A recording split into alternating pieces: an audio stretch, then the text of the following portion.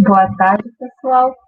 Hoje estou testando aqui as funcionalidades do Google Meet para dar mais uma aula para vocês, para ficar visualmente bonito o cenário para vocês. Estamos falando de distribuidores de calcário, de corretivos e fertilizantes, e faltou mais uma parte para falar sobre as regulagens e calibração do distribuidor para vocês. Vou compartilhar a tela e desejo a todos uma boa aula. Então, eu sou a professora Patrícia, da Unemate Campus de Alta Floresta, e hoje nós vamos falar da regulagem do distribuidor inercial, porque a regulagem do distribuidor gravitacional acontece da mesma forma, só que de uma maneira mais simples. A gente já falou sobre isso, que o distribuidor gravitacional não tem problema de uniformidade de distribuição. Ele distribui em uma faixa praticamente linear, em termos de quantidade. Se você pegar do lado esquerdo do implemento e ir coletando amostras até o lado direito, toda a faixa de aplicação, vocês vão encontrar mais ou menos a mesma quantidade de produto. Os distribuidores inerciais são diferentes, eles distribuem o produto formando um leque, uma distribuição normal. Aqui, para vocês terem uma ideia, para reverem um pouco o assunto, os distribuidores de monodisco, o de disco duplo, e aqui um autopropelido, um equipamento que tem capacidade para 15 toneladas, né? E ele tem motor, transmissão, toda a parte de distribuição. É um trator já acoplado com o distribuidor junto. Esse tipo de equipamento chamamos de autopropelido. Redefinindo novamente, distribuidores inerciais são aqueles em que o produto é lançado para fora do mecanismo dosador pela ação de uma força centrífuga. Essa imagem vocês já viram, né? É um disco lançando as partículas de calcário. Nós vimos que a inércia, ou seja, a energia cinética adquirida pela partícula, é que faz com que ela seja lançada. O produto cai no disco e o disco arremessa essa partícula, fazendo com que ela seja lançada para longe do disco. Quais são os problemas da aplicação? O primeiro problema é o de dosagem. Eu preciso regular, saber quantos quilos por hectare eu vou aplicar de acordo com a recomendação da análise de solo. E o segundo problema é da uniformidade de aplicação. Na prática, no campo, os agricultores, os operadores de máquinas e os responsáveis pela parte de regulagem e operacionalização acabam se preocupando apenas com a questão da dosagem. E nós, enquanto agrônomos e técnicos, precisamos alertar esse pessoal de que não adianta pensar só em dosagem, é preciso também pensar em uniformidade de aplicação.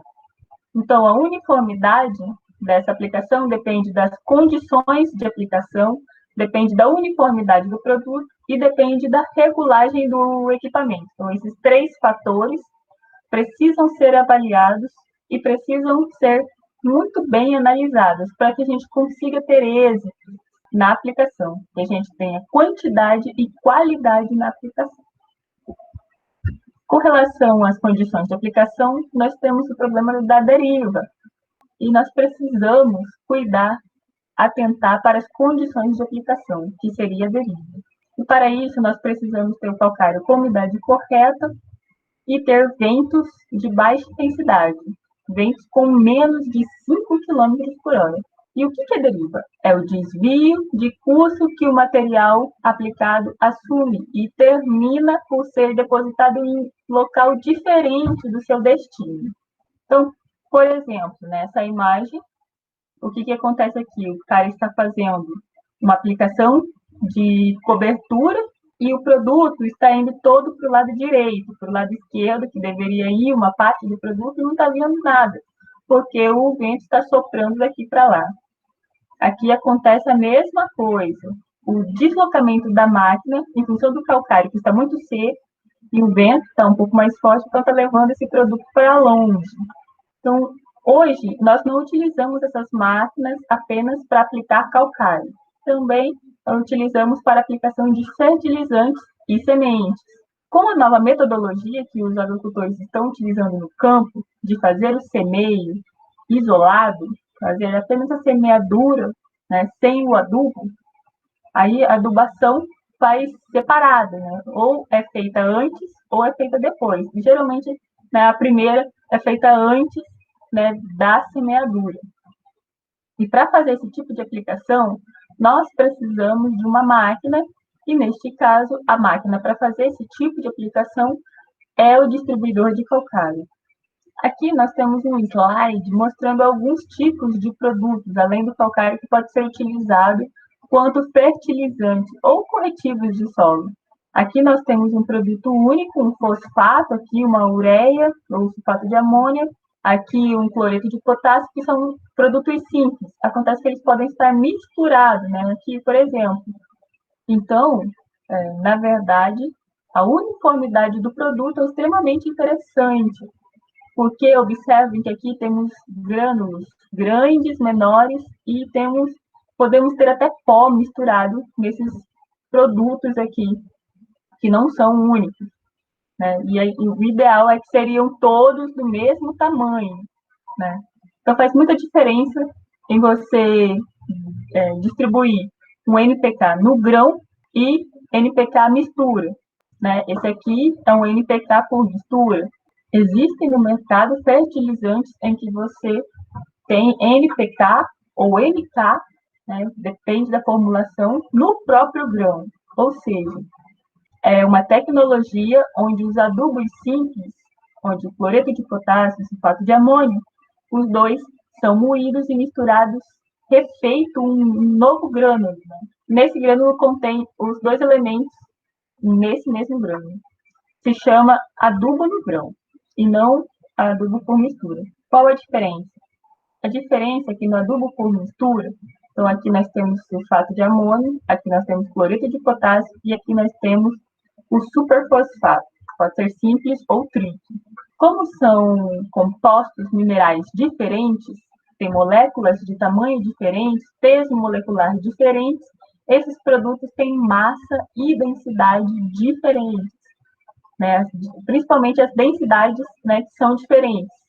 E se isso é diferente, quando aplicado usando a energia cinética, nós vimos que grãos mais pesados serão atirados mais longe, porque a energia cinética que ele vai adquirir é maior. Aqueles que são mais pesados vão acabar sendo lançados mais longe da máquina. E aqueles que são mais leves serão lançados mais perto. E vai produzir o que chamamos de segregação de produto, que é ruim para o produtor, porque acaba dando uma desuniformidade na aplicação, porque o produto é desuniforme. Então, entre mistura de grãos ou o NPK no grão, é melhor usar o NPK no grão. Lógico que essa tecnologia acaba encarecendo um pouco o produto, mas não havendo possibilidade de fazer, por termos de custo, é preciso se preocupar com o NPK em mistura e tomar o cuidado para não permitir que essa segregação seja muito grande, né? Então, que ela seja a mínima possível. E nós vimos que o monodisco tem uma distribuição assim e que o disco duplo tem uma distribuição desuniforme. E como que faz para que isso aqui chegue perto disso, né? Que essas duas curvas se aproximem e formem uma curva única, e que o centro seja igual ou com uma pequena redução em relação às partes marginais. Então, essa é a primeira tarefa, procurar obter a distribuição normal do produto, independente de o distribuidor ser monodisco ou duplo disco. Bom, quando se faz uma aplicação correta, quando se tem a dosagem adequada e a uniformidade de aplicação está adequada, então nós temos uma aplicação correta. Nós já falamos quanto à posição das palhetas, né, em que pode-se diminuir ou aumentar esse ângulo de descarga. Então, quando ele é grande, o produto vai escorregar mais fácil, a permanência do produto no disco é rápida, é menor, e não dá tempo do produto adquirir inércia, adquirir uma energia cinética grande. Essa descarga é feita mais próxima, mais no centro. Quando essa palheta está avançada, o produto fica mais tempo retido no disco, e o local de descarga é mais à esquerda, né? Então, ele vai cair um pouco mais longe, né? Vai ser lançado com maior velocidade. E eu posso fazer isso com essa regulagem aqui, nesses furos do disco. E também lembrar que ele faz essa regulagem, né, de forma cruzada. Então, a regulagem daqui, digamos que seja 1, vai ser igual ao 3, né, a paleta 3, e o 2 será igual ao 4, por exemplo, para fazer o balanceamento desse disco. Em relação à regulagem dinâmica, a gente viu que é feito através das caixas coletoras e é preciso que a gente prepare o local de coleta do material, né, para executar esse ensaio. Essas caixas coletoras, então, que nós utilizamos, são feitas de papelão, de material descartável, mas pode ser feita de plástico ou de material metálico. Então, ela tem 25 centímetros de largura, 1 metro de comprimento e 20 centímetros de altura. E dentro dela tem um gradeado, 5 por 5 centímetros e 10 centímetros de altura, né, esses gradeados. De forma que quando o produto vem aqui e bate dentro da caixa, ele ricocheteia dentro da caixa e não pula fora da caixa. A probabilidade de um grão de entrar na caixa e bater e cair fora é muito pequena, apesar de existir. Essa é a caixa internacional, o ISO, e a ABNT também tem uma norma específica para isso, para realizar esses ensaios. Então, vocês estão vendo aqui o equipamento passando, né, e aqui fazendo a aplicação. O que esse cara está fazendo aqui? Ele vai fugir daí, correr rapidinho assim que o equipamento passar. Vocês estão vendo que o equipamento acabou de passar. A roda traseira acabou de passar pelas caixas. Aonde ele passou? Ele passou ali no espaço onde as caixas não estavam no lugar. Tem uma vaga aqui para os pneus passar. Assim que o pneu passar, essa pessoa aqui puxou uma corda e fez com que essas duas caixas que estavam ali, né, viessem para a posição onde elas deveriam estar, alguns centímetros atrás do alinhamento das outras, mas na mesma posição. Com isso, permite que a gente consiga coletar toda a faixa de aplicação. Quando a gente faz um ensaio, a gente tem que considerar a forma que se faz a aplicação, ou o caminhamento, que pode ser abrindo o quadro ou em faixas paralelas.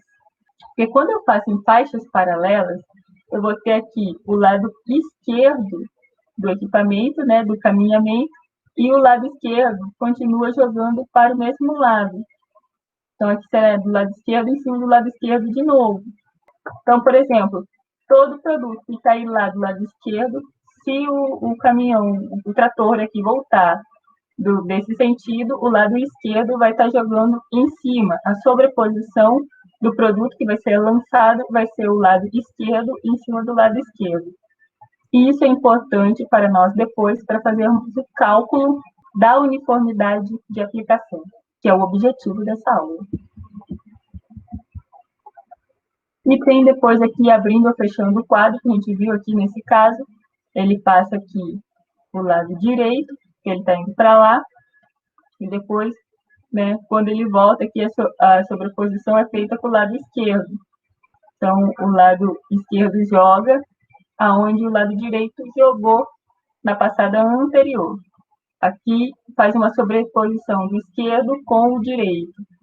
Se eu fizer abrindo o quadro, né, vai ser o contrário. Então, se ele tivesse ido para lá, seria o esquerdo, né, e depois cobrindo aqui o direito. Pois bem, vamos imaginar que eu tenha conseguido, depois de algumas regulagens, mexendo nas palhetas, mexendo na rotação, eu consegui uma distribuição boa. Esse exemplo aqui que vocês estão vendo é de uma distribuição boa, regular. Então, estamos vendo 19 caixinhas, né, daquele ensaio que vocês viram, né, 19 caixinhas que fizeram esse trabalho. A coleta, né, de cada uma dessas caixinhas. Então, nós temos aqui uma distribuição normal, seja monodisco ou seja duplo disco. Nós conseguimos mexer na regulagem e enxergar nesse ponto. Então, observe que na parte central temos a dose máxima. Então, se eu pensar nessas 3 caixinhas aqui, centrais, a 9, a 10 e a 11, eu vou ter uma dose chamada de 100%. Ora, eu consigo achar, então, onde que é 50%, né? A meia dose. Então, eu tenho a dose cheia e eu tenho a meia dose. Para saber essa dose cheia, basta eu pegar o que caiu na caixinha 9, na 10 e na 11, somar e dividir por 3.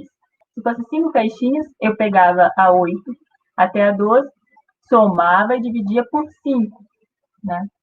Vamos chutar um valor, 50 gramas é a minha média. Então, 50 gramas seria o meu 100%. Consequentemente, 25 gramas seria a minha meia dose. Então, quando eu tenho essa dose cheia aqui, eu já tenho uma ideia de qual será a dosagem que será aplicada. No nosso caso, eu disse que hipoteticamente seria 50 gramas, e essas 50 gramas estaria caindo numa caixinha de 25 por 1 metro, ou seja, 1/4 de metro quadrado. Então, ela tem 25, né, 25 centímetros de largura e 1 metro de comprimento. Então, se eu multiplicar por 4, né, eu sei que vai ter 200 gramas em 1 metro quadrado. Se eu multiplicar isso por 10.000 metros quadrados, eu vou obter 2 toneladas, né, por hectare, ou 2 milhões de gramas. Então, eu tenho 2.000 quilos, 2 toneladas por hectare. Essa seria a dose que estaria aplicada caso eu consiga atingir essa dose cheia. A partir daqui, eu sei se essa regulagem que eu fiz está de acordo com a análise de solo. Se lá na análise está pedindo 2 toneladas, a regulagem está boa, né? Só vou ajustar agora a faixa de aplicação. Se a dose recomendada é, por exemplo, 2.500 quilos, ora, então está me faltando 500 quilos por hectare aqui. Então, eu vou ter que abrir mais no regulador de dosagem do equipamento, aumentar a vazão, a regulagem do equipamento, e aí eu terei que fazer um novo ensaio para obter essa faixa de distribuição. Agora, onde o 100% não vai dar mais 50 gramas, por exemplo, vai dar um pouco mais, vai dar 75 gramas, porque eu abri a dose, está jogando mais produto. Então, eu faço isso de novo e verifico se a minha dose cheia, o 100%, está perto do que está sendo recomendado na análise de solo. Estando perto do que foi recomendado, então eu vou partir para a segunda fase. Então, vamos imaginar que essa distribuição está boa, porque eu consigo a dosagem que eu quero. No nosso exemplo, 50 gramas, 2 toneladas por hectare, é isso que eu quero. Então, metade de 2.000 é 1.000. Né? Então, 50% aqui seria 1.000. Então, o que está na cauda aqui para baixo, menos de 1.000, observe que aqui até passou um pouco, mas tudo bem. Então, isso aqui não é olho de santo, não é exato. Estamos trabalhando com dosagens aproximadas. Então, tudo que está para baixo aqui, menos de 1.000, eu vou precisar fazer a sobreposição. Significa que a faixa onde caiu as caixinhas, né, que eu pintei aqui de vermelho e de amarelo, estão fora da faixa de largura efetiva, porque o trator vai ter que passar aqui de novo.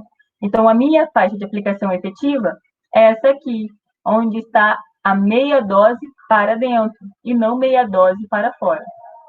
Então, a minha faixa de aplicação está entre a caixinha número 5 e a número 15. Portanto, são 11 caixinhas. 1, 2, 3, 4, 5, 6, 7, 8, 9, 10. 11 caixinhas. Se cada uma delas está disposta a 1 metro de distância, então a minha largura efetiva de trabalho é de 11 metros.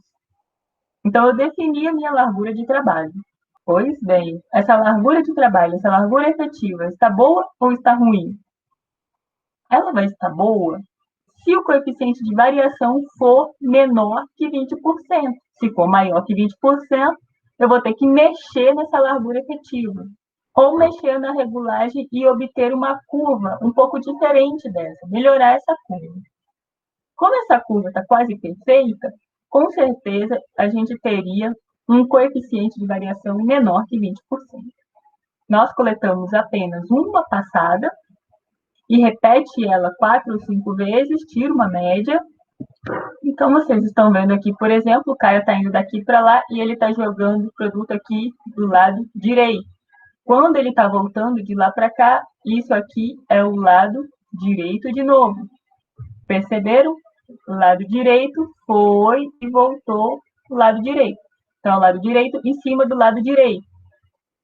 Quando eu tenho abrindo o quadro e fechando o quadro, eu tenho o lado esquerdo em cima do lado direito em cima do lado esquerdo. Mas o que eu quero mostrar aqui é que a largura útil ou a largura efetiva é de centro ao centro do trator. E observe que essa zona aqui é a de superposição ou de sobreposição. Justamente a que eu pintei aqui de vermelho e de amarelo. Então, observem aqui. No campo, se fosse fazer uma primeira passada em azul, a outra em vermelho e a outra em verde. Observe que essa região aqui, ó, é uma região de sobreposição entre a primeira e a segunda passada. E entre aqui, a segunda e a terceira passada. E observe que aqui está sempre jogando o mesmo lado em cima. Então, nós estamos jogando o lado esquerdo em cima do lado direito, o lado esquerdo em cima do lado direito. Aqui é uma outra situação, onde a sobreposição foi menor. Então, para eu fazer o cálculo de sobreposição, eu não posso fazer várias passadas, eu tenho que fazer uma passada só, né? Vocês estão vendo que aqui as linhas estão todas iguais, e depois eu faço um cálculo para avaliar qual seria o ponto de sobreposição. Aqui ele está mostrando uma sobreposição com 12 metros de distância, e aqui uma sobreposição da mesma aplicação, com 18 metros de distância. Com certeza, aqui a sobreposição vai ser pequena, e aí eu não vou conseguir cobrir essa faixa que está faltando, e aqui a sobreposição será excessiva, e o calcário vai acabar ficando mais nessa região de sobreposição, quando juntar o que caiu na passada azul com a vermelha, ou com a vermelha e a azul. Voltando ao nosso exemplo, nós temos aqui a largura útil, e aí eu peguei o calcário que estava na caixinha 4 e joguei dentro da caixinha 15. Peguei o da 3 e joguei na 14, e assim eu fiz com as outras. E também fiz com as amarelas. Então, o calcário que aqui estava veio para cá. E o calcário que aqui estava veio para cá. Então, agora, o que nós vamos fazer? Como agora que tem o calcário de duas passadas aqui, eu vou somar. Então, eu somo aqui. Observe que depois dessa ação, a quantidade de calcário ficou quase perto de 100%, com uma pequena variação para cima ou para baixo. Então, essa é a largura de passada no trator. O trator vai passar aqui, vai jogar calcário para a esquerda e para a direita. Depois, quando eu fizer uma nova passada, ele vai jogar calcário para cá e vai jogar calcário para lá. Eu vou ter uma sobreposição. Então, essa passa a ser a largura útil ou a largura efetiva, da caixinha 5 até a 15. Observe que aqui nós temos valores perto de 100. Se nós dessemos os números para cá, nós falamos aqui 50 gramas, né? Então, aqui teria 48, 47, 52, 54, aqui, próximo de 50, né? Aqui 40. Então, eu consigo calcular o desvio padrão desses 11 valores. E aí vai dar um desvio padrão aqui. E depois eu pego e tiro a média dessas caixinhas agora, de 5 a 15, e depois que eu juntei esses calcários que estavam nas outras caixinhas. E tem uma média geral. Então, o desvio padrão dividido pela média, agora dessas caixinhas, né, com essa sobreposição aqui, vai me dar o coeficiente de variação. Se esse valor estiver abaixo de 20%, beleza. Nossa calibração está perfeita, está correta. Se estiver acima de 20%, lá vamos nós começar tudo de novo. Fazendo uma nova curva, melhorando a distribuição, mexendo nas paletas e começar o cálculo do produto tudo outra vez. É assim que a gente faz a determinação da largura efetiva e também a avaliação da qualidade da aplicação, onde o coeficiente de variação tem que ser menor do que 20%. Então, aqui, ó, a definição da uniformidade de aplicação. Qual a tolerância na dosagem? A análise de solo está pedindo 2.000 quilos, por exemplo. E se eu estiver aplicando 1.900 quilos? 1.800 quilos? Tá bom ou não? Repito ou deixo como está? E deixo o cara para o campo aplicar? A tolerância é dada, obviamente, pelo técnico, pelas condições da fazenda, pelas condições da máquina. Então, um distribuidor de calcário ruim, velho, nunca vai dar uma distribuição de calcário próximo do que você quer, exato do que você quer, né? Então, você vai ter que aumentar a sua tolerância, vai ter que ter uma tolerância maior. Um equipamento novo, né, de R$1 milhão, um autopropelido, você pode exigir uma tolerância menor, né? Você vai exigir menos. Tolerância de 10% são aceitáveis.